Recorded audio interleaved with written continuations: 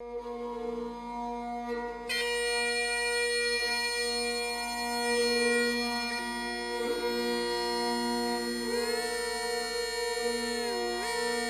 100 साल पहले तक इस डांग में लोग ताल, पोखर और पगाराओं का निर्माण करते थे। 100 साल पहले ये जो डांग क्षेत्र है ये ब्रज की ख्याति प्राप्त था, छोटे ब्रज की ख्याति। और ब्रज उसको कहते हैं जहाँ सब चीज़ का आनंद हो, जहाँ पानी हो, धान हो, गेहूँ हो, दूध हो, अच्छी भाषा हो, लोगों में अच्छे संस्कार हों। ऐसा डांग में भी रहा है। लेकिन 1 सदी तक यहाँ के प्राकृतिक संसाधनों का ह्रास हुआ और ह्रास के बाद में यहाँ के लोगों की आजीविका बिल्कुल अव्यवस्थित हो गई। यहाँ पीने के लिए पानी और खाने के लिए अनाज का भी संकट आने लगा और चारों तरफ के जो पेड़ थे वो सब कट गए। लेकिन 2000 में जब लोगों ने ये तय किया कि अगर हम लोगों की मदद करनी हो तो यहाँ इस तरह के ताल, पगारा और पोखरों का निर्माण हो। हम लोगों ने इन ताल पोखरों के निर्माण का तय करते हुए ये भी तय किया था कि इनमें कैसे पारदर्शिता रह सके, इनका भविष्य कैसे सुरक्षित रह सके, ये जहाँ लोगों को ज़रूरत है वहाँ बने।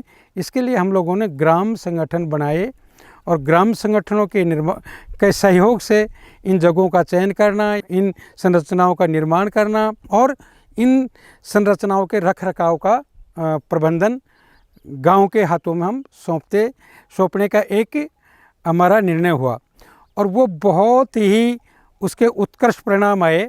2011 में जिन संस्थाओं के साथ में हम काम कर रहे थे उन्होंने कहा भैया अब हम आगे नहीं बढ़ पाएंगे। तो इस डांग के संपूर्ण डांग क्षेत्र के लोगों की ये मांग थी कि ये काम और अविरल भी रहें और सघन हो और विस्तारित हो। हम लोगों ने भी ऐसा महसूस किया।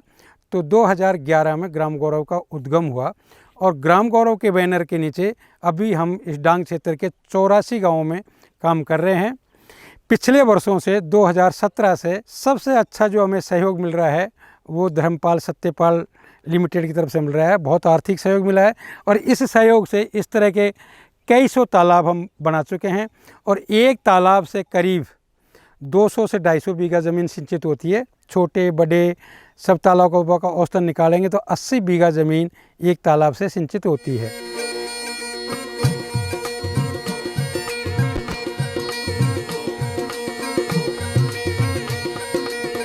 डांग का जब नाम आता है तो डांग लगभग दक्षिण पश्चिम से उत्तर पूर्व की तरफ 160 किलोमीटर की लंबाई है।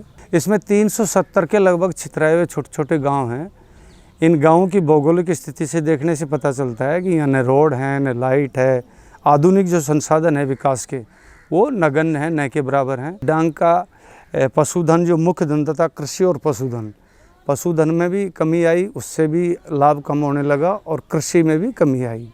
इन सब परिस्थितियों में जब वहाँ के स्थानीय लोगों से बातचीत करी और समस्याओं के समाधान के बारे में जाना तो स्थानीय लोगों में से ही उभर कर आया कि यहाँ जो विकास की सोच है उसका मूल प्रारंभ ही ताल, पोखर और पगारा जो वर्षा जल को और मिट्टी को सहेजने का एक संरचना है।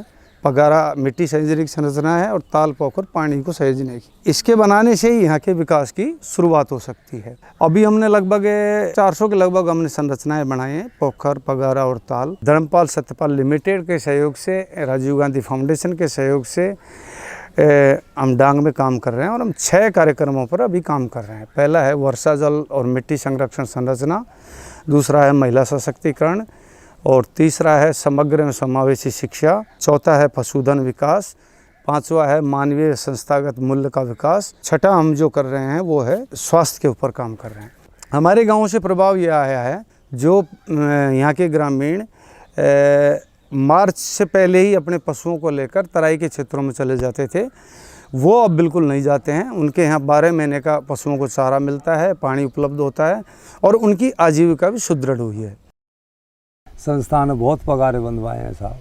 तो संस्था के करे हमारे जंगल में बियाबान जंगल है, यहाँ में सांवर बैठे, रोज़ बैठे, यहाँ में कोई इंसान को रहने का धर्म नहीं हो। जो मेरे पीछे ये पगारा दिख रही है एनिकट, ऐसे बहुत पगारे बंधे हैं साहब।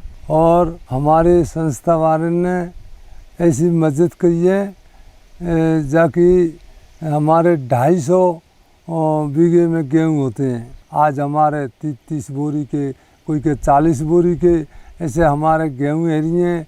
हमारी मवेशी को तूरो हेरी है, हमारा टाइम पास हेरी है और हमन पे अच्छी मदद करिए साहब। तो मैं न्यों कहूँ कि सतपाल, धर्मपाल, ग्राम गौरव संस्था ऐसे हमन को औजू के भी जन्म में मिले तो हमारे जीवन सधाएगी। अभी मैं डांग क्षेत्र में 20 सालों से समाज की सेवा के रूप में काम कर रहा हूं, जिसमें जल एवं मृदा संरक्षण कार्यों को लेकर के बेहतर तरीके से काम किया है। और तकरीबन हम 400 से ऊपर ऐसी जल और मृदा संरचनाओं का निर्माण हम कर चुके हैं।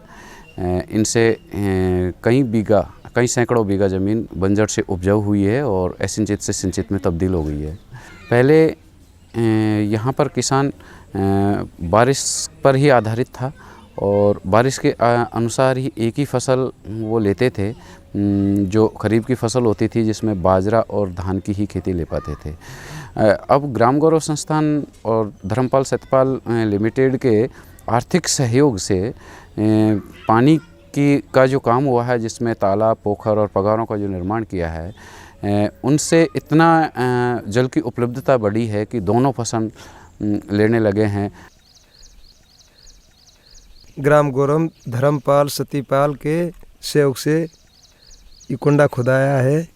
तो उस कुंडा से हमने 3 फसल कर लेते हैं हम यहाँ से कि एक तो हम झगड़ारी के टाइम तो पशु को पालन कर लेते हैं, चरी फड़ी कर लें, फिर या तो धान कर लेते हैं, धान करके नहीं फिर बाद में हम गेहूँ पैदा कर लेते हैं। इससे गेहूँ की फसल कर लेते हैं, सरसों भी कर लेते हैं। या तो पहले तो न माना या में एक भी बीघे में नहीं हुई, पानी जातो रहे वो बहतो रहे वो, उसमें अब ये पानी आएगा तो सरसों भी हो जाए, गेहूँ भी हो जाए और उसमें भी ज़मीन में पैदा हुई है जाए। इनको बहुत बहुत धन्यवाद है, हमारा जीवन सफल हो जाए। मुझे हर गांव जाकर खुशी होती है कि हर जगह मैं देखता हूँ जहाँ ग्राम गौरव संस्था ने और राजीव गांधी फाउंडेशन ने अपने सहयोग से और किसानों के सहयोग से बहुत सारे तालाब, पोखर, पगारा बनाए, जिसमें लोगों को अति अधिक सुख मिल रहा है। इसके लिए मैं ग्राम गौरव संस्था का व अपने राजीव गांधी फाउंडेशन का व अन्य कर्मचारियों और पदाधिकारियों का तहे दिल से मशकूर अभिनंदन करता हूँ।